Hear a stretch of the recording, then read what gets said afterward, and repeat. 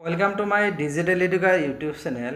ভিডিওটোৰ যোগেদি আলোচনা কৰিব বিচাৰিছোঁ কৰ্মচাৰীসকলৰ বাবে অতিকে গুৰুত্বপূৰ্ণ বিষয়। বৰ্তমান কৰ্মচাৰীসকলৰ বাবে কেন্দ্ৰীয় চৰকাৰৰ কৰ্মচাৰী হওক বা ৰাজ্যিক চৰকাৰৰ কৰ্মচাৰী হওক সকলো কৰ্মচাৰীসকলৰ বাবে এটা গুৰুত্বপূৰ্ণ তথা চৰ্চিত বিষয় হৈছে 8 CPC অৰ্থাৎ 8 চেণ্ট্ৰেল পে কমিশ্যন। অষ্টম কেন্দ্ৰীয় দৰমহা আয়োগ কেতিয়া গঠন কৰিব আৰু অষ্টম দৰমহা আয়োগ কেতিয়াৰ পৰা কাৰ্যকৰী হ'ব। মই আজিৰ ভিডিঅ'ত এই সম্পৰ্কে এটা গুৰুত্বপূৰ্ণ আপডেট দিব বিচাৰিছোঁ। এই বিষয়ে বিত্ত মন্ত্ৰালয় ৰাজ্যিক মন্ত্ৰী শ্ৰী পংকজ চৌধুৰীয়ে দিয়া সদনত উত্তৰ সম্পৰ্কে এই ভিডিঅ'ত আলোচনা কৰিব বিচাৰিছোঁ। এই সম্পৰ্কে শ্ৰী TR বালু এণ্ড শ্ৰী আনন্দ ভাদৌৰিয়াই উত্থাপন কৰা কেইটামান প্ৰশ্ন আছে। এই সম্পৰ্কে তেখেতে কি উল্লেখ কৰিছে ইয়াতে ভিডিঅ'ত আলোচনা কৰিব বিচাৰিছোঁ। ইয়াতে চাওক, government of India, ministry of finance, department of expenditure, constitution of 8 central pay commission. ইয়াতে উত্থাপন কৰা হৈছে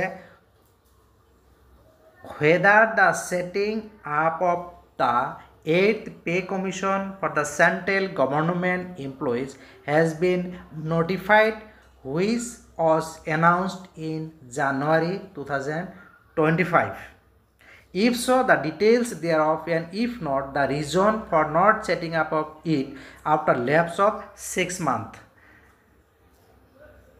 2025 চনৰ জানুৱাৰী মাহত ঘোষণা কৰা কেন্দ্ৰীয় চৰকাৰৰ কৰ্মচাৰীসকলৰ বাবে অষ্টম দৰমহা গঠনৰ বিষয়ে অৱগত হৈছেনে নাই, আৰু যদি হৈছে তেন্তে ইয়াৰ সবিশেষ, আৰু হোৱা নাই যদি তেন্তে ছমাহ পাৰ হোৱাৰ পিছত ইয়াক স্থাপন নকৰাৰ কাৰণ বিচাৰিছে।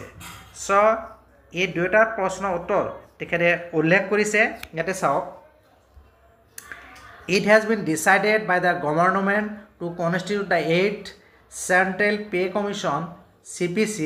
Input has been sought from major stakeholders including Ministry of Defense, Ministry of Home Affairs, Department of Personnel and Training, and from states. অষ্টম দৰমহা আয়োগ যদি CPC গঠন কৰাৰ বাবে ইতিমধ্যে সিদ্ধান্ত লৈছে প্ৰতিৰক্ষা মন্ত্ৰালয়, গৃহ পৰিক্ৰমা মন্ত্ৰালয়, কৰ্মচাৰী আৰু প্ৰশিক্ষণ বিভাগকে ধৰি প্ৰধান অংশীদাৰসকলৰ পৰা আৰু ৰাজ্যসমূহৰ পৰা ইতিমধ্যে ইনপুট বিচৰা হৈছে। এই সম্পৰ্কে উল্লেখ কৰিছে। তাৰপিছত নেক্সট আৰু এটা উত্থাপন কৰিছে যে the time by which the chairperson and the member of the 8th CPC would be appointed along with the forms of reference of the commission. অৰ্থাৎ আয়োগ কাৰ্যভাৰৰ সৈতে অষ্টম CPCৰ অধ্যক্ষ আৰু সদস্যসকলক নিযুক্তি দিয়াৰ সময়, আৰু এই সম্পৰ্কে উল্লেখ কৰিছে যে the chairperson and the members of the 8th CPC would be appointed once the 8th CPC is notified by the government. অৰ্থাৎ চৰকাৰৰ ফালৰ পৰা এইখন কি কৰাৰ পিছতে কি হ'ব, অষ্টম CPCক চৰকাৰে অৱগত কৰাৰ পিছতে 8th CPCৰ অধ্যক্ষ আৰু সদস্যসকলক নিযুক্তি দিয়া হ'ব। চৰকাৰৰ ফালৰ পৰা অৱগত কৰাৰ পিছতে এইখিনি নিযুক্তি দিয়া হ'ব বুলি উল্লেখ কৰিছে।